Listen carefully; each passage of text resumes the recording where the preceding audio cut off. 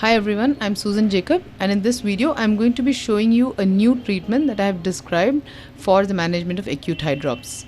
This is by doing primary surgery with pre-Descemetic DALK instead of waiting with a conservative approach as done previously. Traditional conservative management, however, generally results in healing by scarring, and this scar can persist even after DALK or sometimes may even necessitate a penetrating keratoplasty if in the central visual axis. I have proposed a new approach to acute corneal hydrops where you manage primarily with surgery by doing a primary pre-Descemetic DALK using certain modifications that I have described.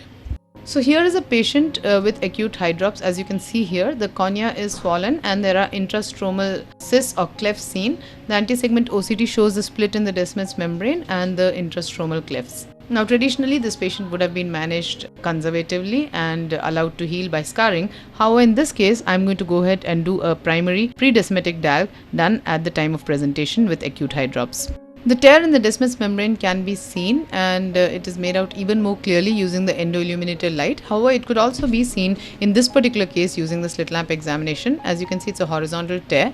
So what I do is I first measure the size of the trephine that I would be needing, and once that is done, I mark the trephine with a marker pen and then use that to place a mark on the surface of the cornea. This can also of course be deepened manually if you are using a suction trephine or with a femtosecond laser cut. However, in this case what I do is mark and then I go ahead and dissect it deeper with a crescent blade.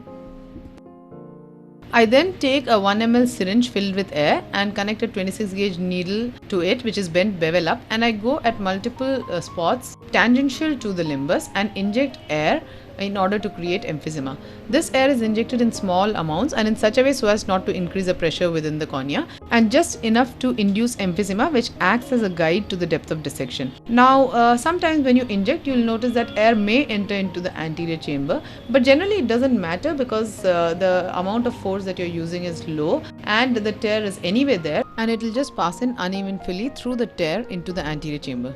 Once you have created the emphysema, you use this as a guide to the depth of dissection and do a pre-Descemetic DALK. Sometimes you do need to inject more air into the anterior chamber to give a firmer base on which you can dissect. Now you have to do a pre-Descemetic DALK, and what I do is I go circumferentially from all sides and leave the central dissection for the last. Therefore, the part over the Descemet's tear is dissected at the very end. If required, deeper dissection can be done using the Melis technique, using the air within the anterior chamber as a further guide to the depth of dissection.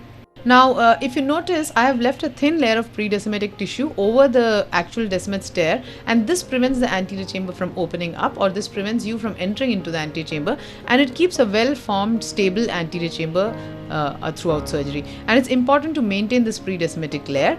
The crescent that I'm using has been blunted out, so what you see is me pulling the stroma gently upwards and using a blunt crescent blade to gently separate the edematous corneal stromal fibers and thus get the plane of dissection. Now once you have dissected and done this pre-Descemetic DALK, you go to the donor cornea and remove the Descemet's membrane in the traditional ways that have been described. The Descemet's membrane is removed, and since these are generally advanced cases of keratoconus, I use the same size trephine, punch the donor cornea and then place it over the recipient bed. Donor cornea is then sutured to the recipient bed. You can see the Descemet's tear still through the donor cornea. Astigmatism is adjusted for using the Maloney's intraoperative keratometer. I replace some of the air within the anterior chamber with saline, and the remaining air acts as a tamponade which allows the Descemet's break to adhere and stick to the overlying cornea. This is a day 1 postoperative appearance, and you can see some residual stromal edema which has cleared further by 1 week and generally clears well by the end of 1 month. This is the 6 months postoperative appearance of the patient, and you can see a very clear cornea with no stromal scarring seen, no residual scarring seen over the stroma. This is the patient in red reflex seen, and you can see the Descemet's tear very clearly defined. However, the overlying stroma is clear. There is some pigment dispersion over the tear, but the overlying stroma is clear and the patient improves to 6/6 or 20/20. So the advantages that this procedure or this modified technique offers are that it targets multiple pathologies simultaneously. It closes the Descemet's break. It provides anatomical correction for the ectasia and the thinning in these patients who generally have advanced keratoconus, and it also provides optical correction by regaining the corneal structure and transparency. It also gives you topographic improvement in these advanced cases by just the process of having performed a DALK, and most of all, it allows healing without scarring. Therefore, the risk of having to do an optical penetrating keratoplasty, as can sometimes happen with traditional conservative management, if the scar happens in the visual axis, is avoided completely. In addition to this, other advantages are early and rapid visual rehabilitation, because the patient does not have to wait for the hydrops to settle down first, followed by a second surgery.